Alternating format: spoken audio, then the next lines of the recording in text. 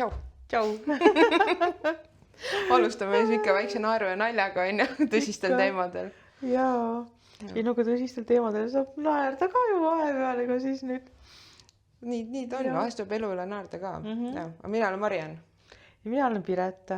Ja tegelikult meil siin just lahkusid, aga tegelikult grupis on veel 2 inimest, kes videodes osalesid, et on Elli ja Riina. Issa, mul ei tulnud Riina nimi meelde. Kas saaks midagi muud öelda, täitsa lõpp. Väga huvitav.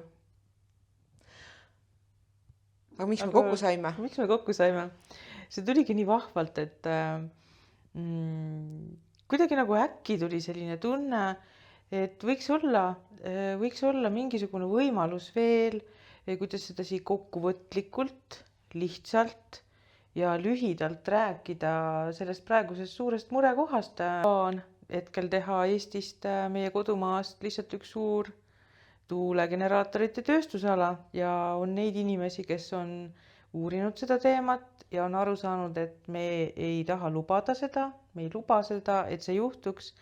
Ja mõtlesimegi, et läbi videote, läbi lühemate videote on võimalik seda teemat natukene rohkem lahti võtta. Ja siis need inimesed, kellel on hästi kiire ja aega pole seal pikki dokumentaalfilme vaadata ja tõlkida neid ja uurida, siis miks mitte vaatavad lihtsalt, mida üks naabrinaine või teine naabrinaine, eks ole, räägib.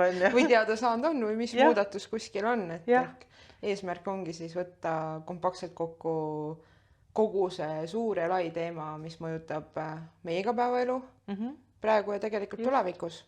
Et on üks hea kanal ja koht, kus saada infot lihtsamas keeles, ütleme siis, et kõik ilmselt vist ei orienteeru selle üldplaneeringute, eriplaneeringute ja arendajate ja muudes maastikes. Ei peagi, see polegi kõige olulisem asi, vaid tähtis on enda jaoks selgeks teha just see, et mis on nagu oluline ja mis ei ole oluline.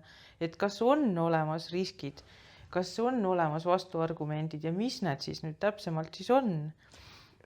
Mina enda puhul alati julgustangi inimesi, et ära usu kõike, mida sa kuuled, aga esita küsimusi.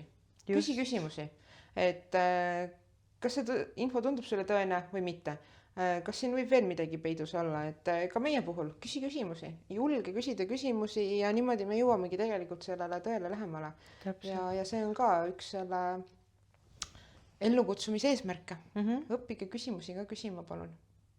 Jah, et hästi oluline on minu meelest just see, et on käes lõpuks see aeg, kus me peaksime võtma vastutuse enda elu eest, enda homse päeva eest, et me ei saa enam niimoodi mööda vaadata, et me ei tohi lihtsalt mööda vaadata. On muidugi teemasi on ju ja selliseid eluvaldkondi kõigega ei jõuagi kursis olla ja mõni puudutab ainult mingit väga väikest inimeste gruppi, eks ole, aga praegu on see tõesti niivõrd oluline, et see puudutab meist igaühte. Ja seda me ei saa lihtsalt jätta enam niimoodi, et ma ei tegele sellega, et las ta olla, et ta kuidagi ikka läheb, on ju, ja äkki ikka mind ei puuduta, äkki see pole ikka. No, kuidas ta sind ei puuduta? Iga ühte puudutab, on see nii majanduslikult, keskkonnaalaselt, tervisealaselt, meie tulevased põlved, tegelikult on siin neid mõjusid nii palju, elus loodus. No, mitte üks ala jääb puutumata tegelikult. Täpselt. Et kui ma nüüd lihtsalt ütlen nagu ja olen valmis selleks, et kui praegu ei ärka, siis millal veel? Minul on see küsimus. See on mind kogu aeg saatnud. On aeg. Minu meelest ka. Et viimane aeg on teha, minu meelest peaks tegema sellise nagu need suured ja olulised asjad nagu tegema hästi lihtsaks enda jaoks. Et kui me praegu teeme nagu sellise asja hästi lihtsaks ja selgeks, et kui me nüüd ei mõtle ja ei arutle ja ei ütle mingile asjale ei arutluse tulemusena, kui me saame aru, et see on meile kahjulik, mis siis juhtub? Siis juhtubki see, et meist sõidetakse lihtsalt lambist üle ja tegelikult me ei tohi seda ju lubada ja samal ajal, kui me jääme ükskõikseks, siis see on ju ka otsus. See on ju ka valik. Nii et võiks nagu mõelda selle peale, et kui ma teen sellise otsuse praegu, sellise valiku, et ma ei uuri, ma ei mõtle kaasa, ma ei tee endale selgeks, kas nüüd olla selle tuuletööstuse poolt või vastu, siis see on ka ju otsus, mis tegelikult mõjutab meie kõigi homset päeva. Nii kurb, kui see ka ei ole, aga see mõjutab meie elu ajal tehtavaid muutusi, see mõjutab meie laste elu. Et see on nagu nii suur asi, mida tahetakse praegu siin läbi viia, aga samal ajal meedias tehakse selline kuvand, et see ei ole üldse nii oluline ja see ei ole üldse nii suur ja tehakse ainult mõned tuulikud pannakse kuskile püsti ja ega see teid ei mõjuta ja jõuame siin igasuguste narratiivide ja kuidas mõjutatakse inimesi läbi just nimelt meedia, mis on omaette teema muidugi täielikult. Aga eelkõige lihtsalt minu arvates on ka oluline see, et küsida neid küsimusi, mis tegelikult toimub ja hakata vaatama laiemat pilti.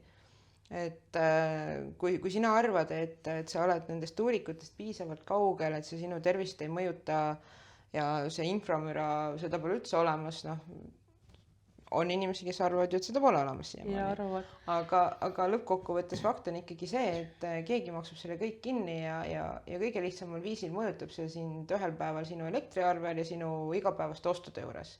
Et kõik te saate puudutatud ja see on fakt. Vaielge mulle vastu nüüd, palun. Nii et hakkame küsima küsimusi ja vaatame, mis meil siit edasi tuleb. Püsige lainel, jälgige, vaadake, jagage ja mis veel? Ja seda ka, et me teeme seda nii lihtsalt kui võimalik. Vahest natuke keerulisemalt, kui meil tulevad, tahame ikkagi saada ka spetsialiste natukene. Spetsialistega võib-olla aga võimalikult lihtsas keeles, et me kõik aru saaks tegelikult, mis toimub. Just. Peatse kohtumiseni.